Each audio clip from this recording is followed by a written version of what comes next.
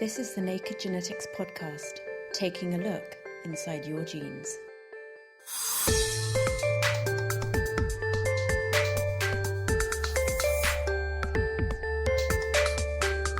Our world and our bodies are teeming with bacteria, and although some of them are friendly, many of them are not. So they start dividing, and they start dividing and dividing and dividing. It's like a big mass of bacteria inside the cell, and they get bigger and bigger and bigger. Meanwhile, you don't know you're sick. Plus, electrifying news about bacterial nanowires, cuddly koalas, and counting chromosomes. And our gene of the month is the mind-blowing mind bomb. This is the Naked Genetics podcast for November 2012 with me, Dr. Kat Arney, brought to you in association with the Genetics Society, online at genetics.org.uk.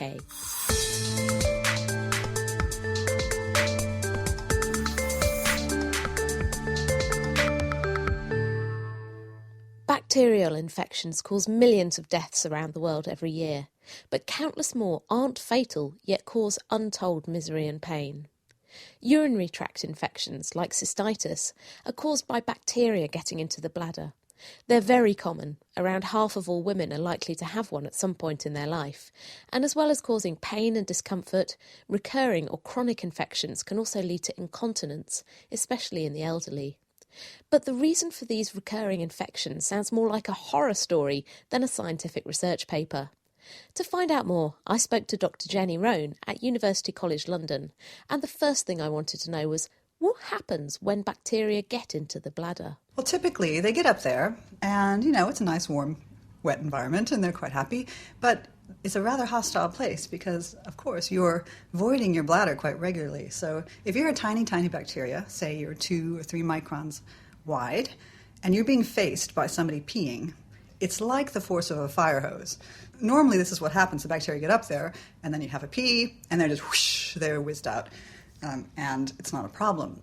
But bacteria are very, very, very sticky. They've got special proteins on them that like to stick to cells, and E. coli in particular, which is one of the major causes of UTI, is really, really good at sticking to cells. Okay, so normally this is what happens. The cells of the bladder, they're sort of there, and the bacteria get up there, and they manage to evade the peeing process. And they're clinging on there, they're sticking on, and they're causing a little bit of havoc and mayhem. And this is when you might actually start feeling some symptoms. You might feel some burning when you pee. You might start peeing very, very frequently. And then you might have a look at your pee, and you might notice that it's really cloudy, and maybe there's some blood in there, and you've got a bad infection. And then you go to your GP, and your GP gives you antibiotics, and you take them for a week. And you feel better, usually. End of story, right? But actually, it's not the end of the story. You might get it again in a few months. And many women suffer with these recurring UTIs. And it doesn't make any sense because these women are usually not, having bad hygiene. They can't shake this bug. So what's going on there? What's making these certain bacteria just hang around? The key to the mystery was solved about 10 years ago. And it was this observation that the bacteria are not always just sticking to the outside. So a bunch of scientists worked out the bacteria are burrowing inside the bladder. So this is very, very strange. E. coli is a free-living organism. It's not a parasite. It's never supposed to go inside cells. And in fact, the cell that's not on, right? The cell never lets stuff go in there that's not supposed to go in. So if you were a cell and you got invaded by a cheeky bacteria, you'd throw up a big cage around it and you'd degrade it and get rid of it. This is what happens all the time. When cells are sort of molested by various things, they just shut them down. Also, the immune system should be doing its job in getting rid of these things. But what happens is when the bacteria get inside the cell, for some reason that we still do not understand, they just escape. They escape all of these controls. They're probably in some sort of bubble, so they've been internalized by the cell, and they're in some sort of bubble. And this bubble's supposed to be heading toward the degradation machinery, the stuff that's supposed to break them into little pieces and kill them. But for some reason, they escape from these bubbles. They get out. They have some sort of communication with the molecules around, and they manage to slip the net. They sort of break out of these little prisons. And they must be tricking the cell somehow, because the cell shouldn't let them do that. So we think there's some sort of weird molecular communication going around that's fooling the cell into thinking that these bacteria are supposed to be there and they're supposed to be released. Okay, so once they're released, it all goes really, really strange. So they start dividing, and they start dividing and dividing and dividing. It's like a big mass of bacteria inside the cell. and they get bigger and bigger and bigger. Meanwhile, you don't know you're sick. You feel fine. You've got No sign of any of this. No sign of anything, but deep inside your bladder, there's these hidden colonies of bacteria that are growing and growing. And they actually, if you look at them down in an electron microscope, you can see they're actually pushing at the cells. Like if the cell was a balloon, it's this huge mass inside that's pushing the cells out, distending it. You can see these big bubbles, which are known as pods, which I think is great. This sounds like some kind of horror film thing. It's so alien because you know what's going to happen next, right? Out they go, Yeah. pshung, At and some it all point, starts the again. pod gets so big that the cell literally explodes. And these guys just whiz out. There's millions of them, billions of them. They whiz out into the bladder and start it all over again. What's going on then at a molecular level? Do you have any clues about some of the genes and the proteins that are actually involved in this weirdly subversive process? Hardly anything, I'd say. There's been a few studies done suggesting that there's a protein called actin, which is inside all our cells. It makes a bit of a skeleton, and it keeps the cell a certain shape, and everybody's got actin. And there's a thought that maybe in these bladder cells, the actin is supposed to be keeping it in check, and it gets somehow subverted. But really, nothing's known. Absolutely none. That's why I'm so excited about this project, because it's a completely wide open field. So then tell me about how you and your lab are trying to approach this question. We've got two basic approaches in our lab. One approach deals with how we're going to treat these people. How can we design better therapies? Because the pods are inside the cells, the antibiotics that you take can't get in there. So antibiotics, many of them, cannot pass through the cell membrane. So we need to find better ways to get antibiotics inside the cells. And the other thing is just basic cell biology. What happens when the bacteria get inside? What does the cell do? What genes are required to allow these bacteria to escape from these cages? There must be something going on. So we'll be using a genetic approach whereby we knock out genes that we think might be involved and see whether that stops the bacteria from getting out. So it's the sort of basic approach where, if you wanted to know how a car worked, you could systematically break each part of a car and see what happened. It's the same sort of thing. We're going to systematically interfere with genes that we think might be involved and then see whether that affects the infection process. So how many genes are you going to start looking at? Well, there's about 20,000 genes. We've got a collection now of maybe 50 genes that I think might be implicated. They're genes that are expressing proteins that are near the surface of the cell, genes that express proteins that tend to be involved in trafficking of particles to and from the surface. So they're sort of things that are around there anyway, things that will probably be hanging out when these bacteria dive into the cells. And there's a number of leads we have, and I think that we should be able to find something. I also want to do some really interesting sort of live imaging where we can make green bacteria, and we can infect cells and see if we can actually see the bacteria going in and what they're doing. And then presumably watch them exploding back out. Yeah, I've seen some amazing movies. I think that this is possible. This technology makes it possible, and I think it would be quite fun just to watch. But ultimately, with cell biology, you can't learn everything just by looking. Things are so microscopic and complicated that you have to start doing sort of genetic interference to see things. What could be the benefit if we could make significant improvements to understanding and treating these UTIs? I think that if we understand how the bacteria get in, how they persist, we should be able to prevent that from happening in the first place. We'll never be able to prevent cystitis. Women will always get urinary tract infections. But what we will be able to prevent, if we know how it works, we can prevent the sort of invasion and the long-term colonization and the sort of alien pod-like thing. If we can prevent that from happening by targeting it with a drug, that would be brilliant. We see 150 patients a week in the clinic here, and these people are really, really miserable. And I think that if we can make a difference by studying this bacteria and improving their therapy, it will make a huge difference to their lives. That was Dr. Jenny Roan from UCL. Coming up later, we'll be finding out how researchers use genetics to track infectious outbreaks. But first, it's time to take a look at the genetic stories in the news this month with Nell Barry. So, what's the first story you've got for us this month, Nell? The first story we're looking at is looking at the placebo effect, which is this idea that patients can get a benefit even when they're not actually being treated with anything. And they're looking at the genes that could possibly contribute to this. So this is published in PLOS1.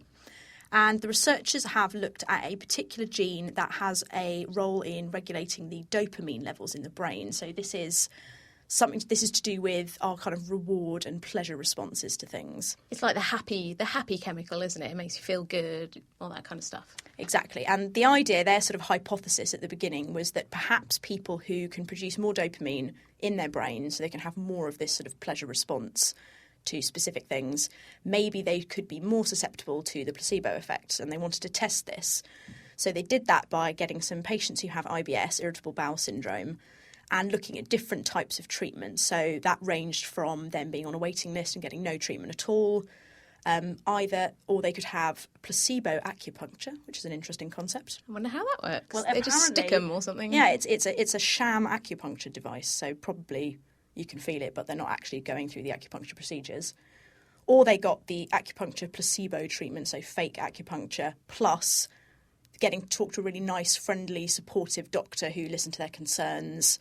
And they compared all those different things and found that people with this genetic change that meant they could produce more dopamine responded a lot better to the supportive doctor and the placebo acupuncture. So that's quite interesting.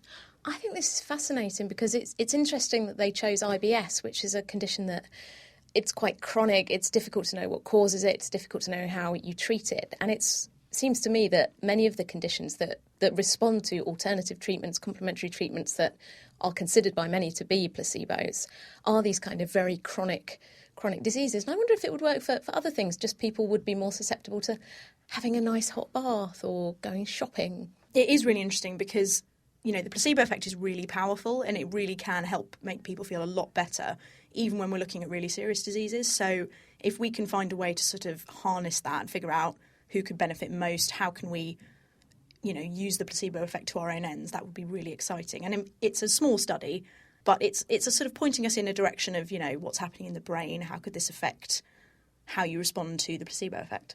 Now, I saw a paper this month in Nature, which is from a team in Denmark and the US, and this is electric bacteria. I absolutely love this. It turns out that there's little bacteria, tiny, tiny bacteria, which you think are solitary beings, and they gang up together and make tiny electrical wires. Why are they doing this?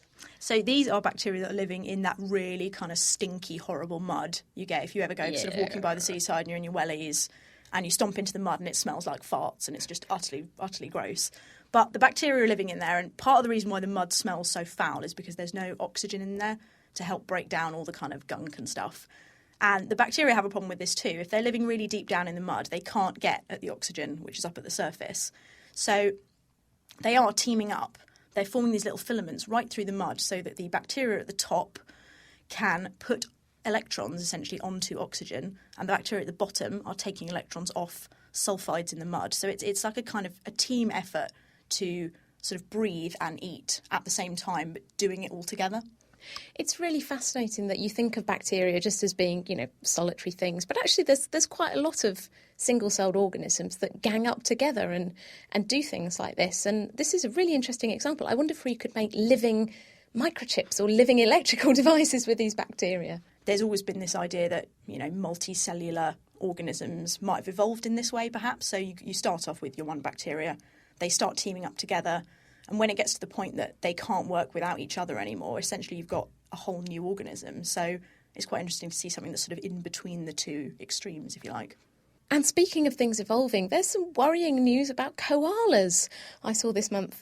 This is very sad news. What's going on here? So this is something we hearing more and more about, which is a bit of a shame. So koalas obviously not doing particularly well in the wild because of various things. They've been hunted, they've had problems with disease.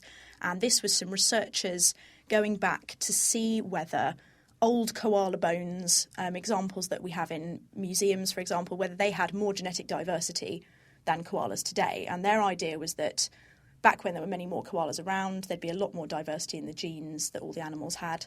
And what they found was that actually koalas have had quite low genetic diversity for over a century, over 120 years. And it is a real shame because it is meaning that it's getting harder and harder for them to cope with what the environment's throwing at them. Things like chlamydia, for example. And it sounds really weird, but koalas are actually really badly affected by chlamydia. Really? Oh, that sounds so sad. I found out about this when I was in Australia because I just went to, look at all the cool animals. And we went to a place called Kangaroo Island, which is a big island right at the bottom of Australia where they've got a sort of great wildlife sanctuary set up, essentially. And it was really nice to be there, but we were looking at a koala, and this guide was saying, it's really great because, the koalas here don't have chlamydia. And I was just standing there going, what? Ew. Koalas with sexually transmitted diseases is completely bizarre. But actually, loads of koalas on the mainland have chlamydia, and it kills them. And we think that perhaps the fact that they've got this low genetic diversity means that there's not much resistance in the population, and they're not doing very well at sort of evolving to cope with this, essentially. It's sad that you think that populations, when they get so small, there really isn't a lot of hope for them. I hope there is hope for koalas. Yeah, exactly, because, I guess the question would be where do you get extra genetic diversity from? Once it's gone, which is a real shame. So, hopefully we can find ways to kind of cope with this. And I guess the main thing for researchers would be this is a lesson for how you deal with animals that could get to that point. We have to stop that from happening. Well, let's keep our fingers crossed for the koala bears. Thanks very much, Nell. And now here's a roundup of the rest of this month's genetics news. Scientists in the US have made medical history by creating human embryos with 3 parents. This is a step towards using IVF techniques to solve so-called mitochondrial diseases caused by faulty power stations or mitochondria in a mother's egg cells. Because an embryo's mitochondria are only provided by the egg cell, researchers think that transferring the nucleus from an egg with faulty mitochondria into a donor egg with functional ones could sidestep the disease and create healthy babies. Writing in the journal Nature, Dr. Shukrat Metalipov and his colleagues took the nucleus, containing DNA, out of human egg cells and transferred them into egg cells that had had their nucleus removed. These composite eggs were then fertilised by human sperm and allowed to start developing.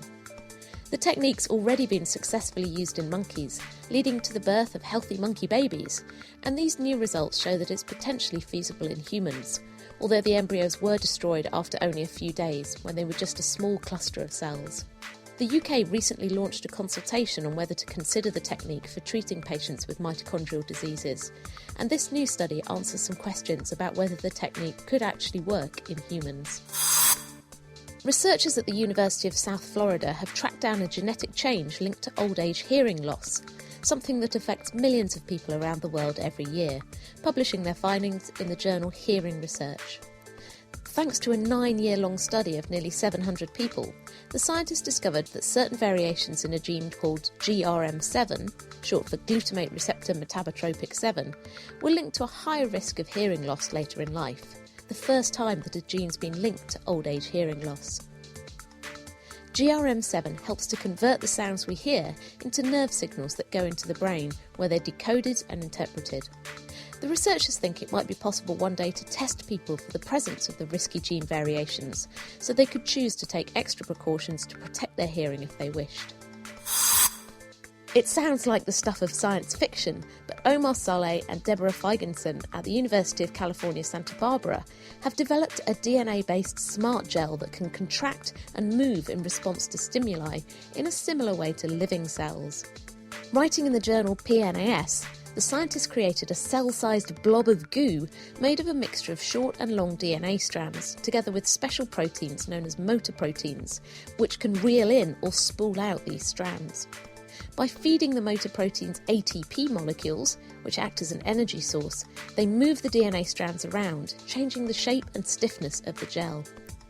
Because DNA molecules can be engineered to have different properties by changing the sequence of letters in them, and because there's a huge range of motor proteins that could be used, this discovery potentially opens the door to bioengineered smart materials that could be used to make artificial muscles or other useful things. The researchers are now refining their blob to try and create something that can move in specific ways, such as twisting or crawling, which would bring more control. And if you want to find out more about any of these stories, the references are all on our website. That's nakedscientist.com/genetics.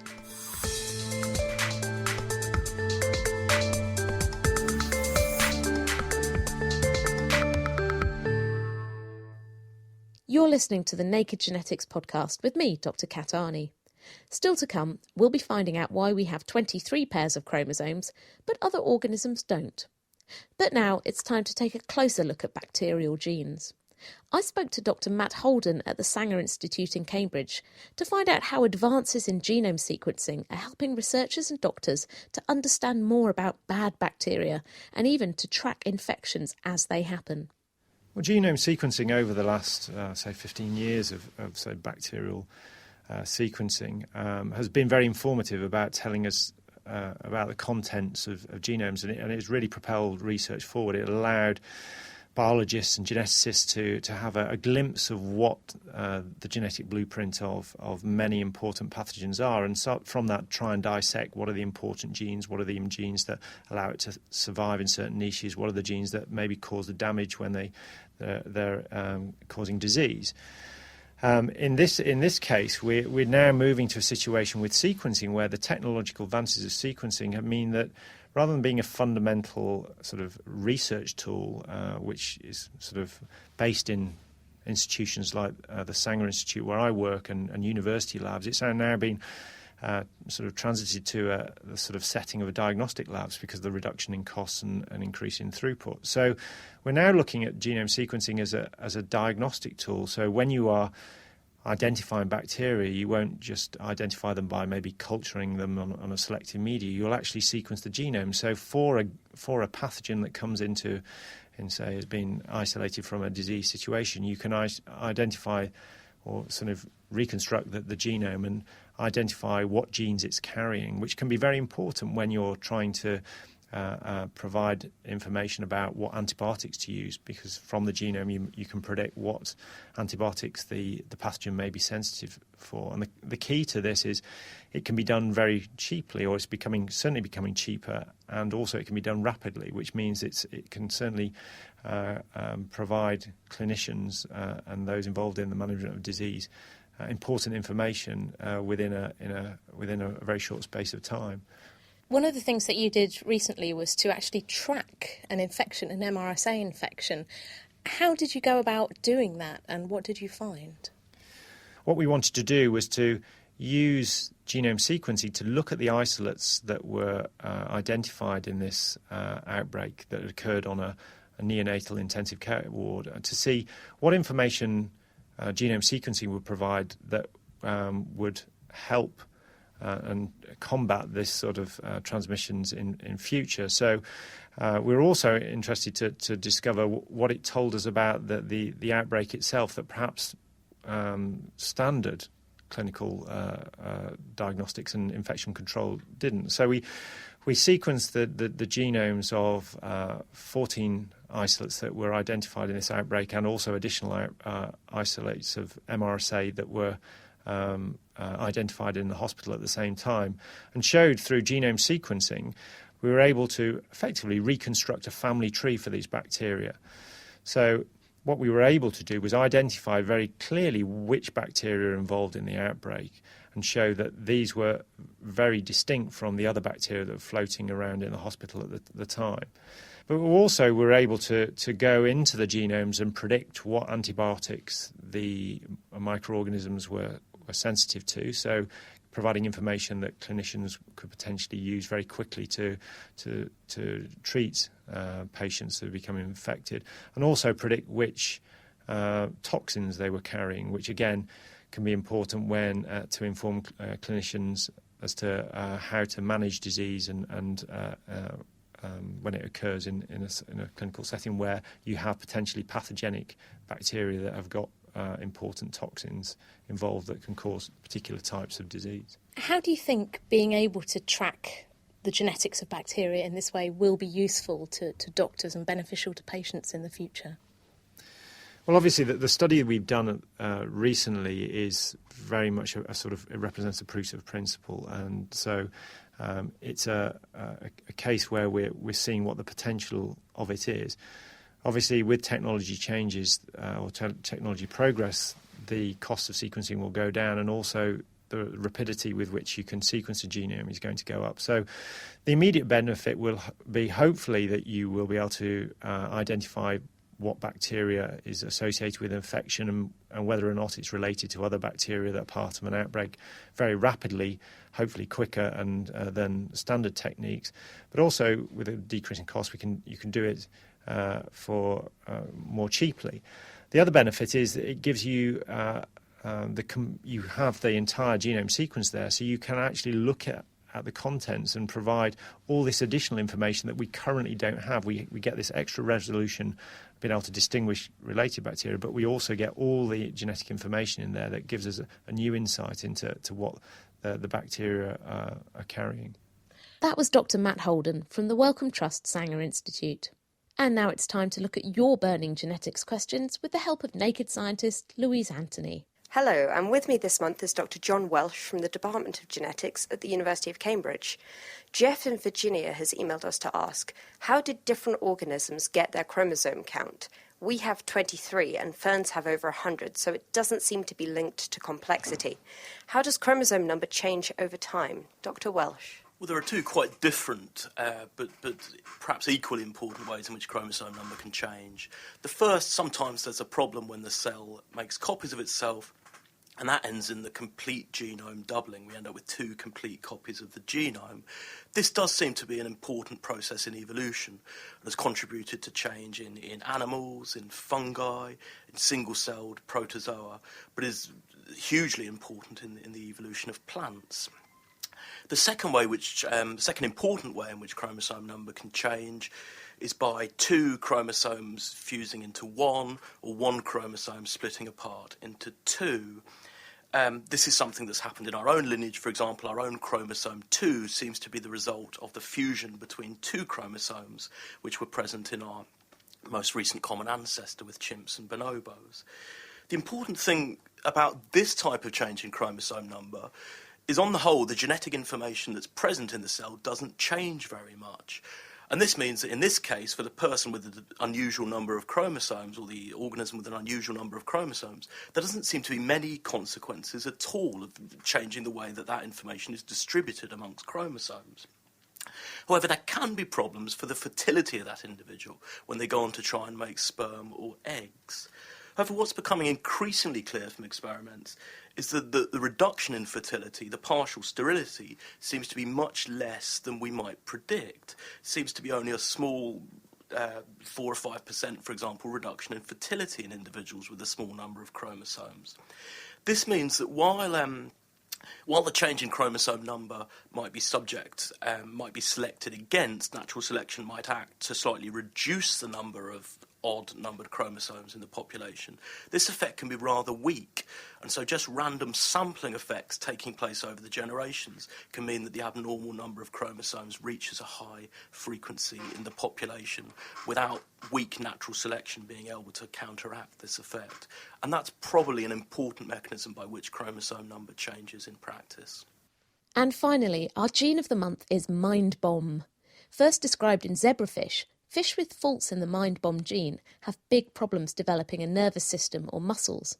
And in their ears, and yes, fish do have them, they have 10 times as many sensory hair cells as would be expected.